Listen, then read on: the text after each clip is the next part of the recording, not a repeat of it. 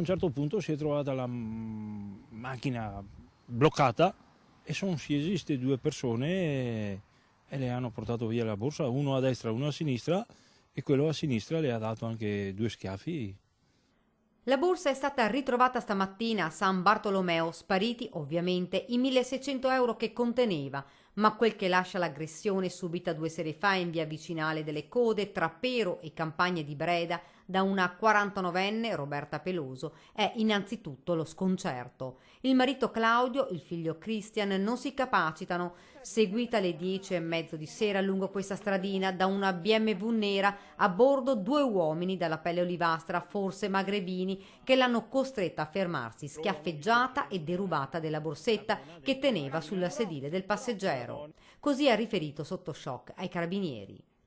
Hanno detto qualcosa? Niente, niente. È stata frazione di pochissimo, di qualche decina di secondi.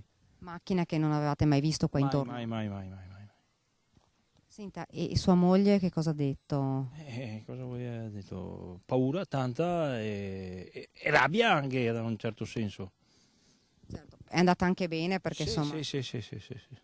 Sì, è andata anche bene, visto, cioè, fa male i due schiaffi che ha preso, quello sì, fa male.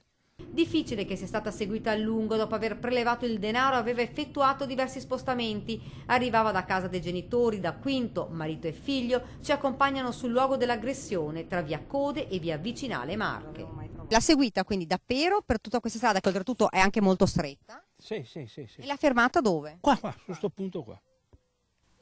20 metri prima, perché avere due possibilità di fuga, no? O via di qua, che si salta sempre fuori Pero, o via di qua.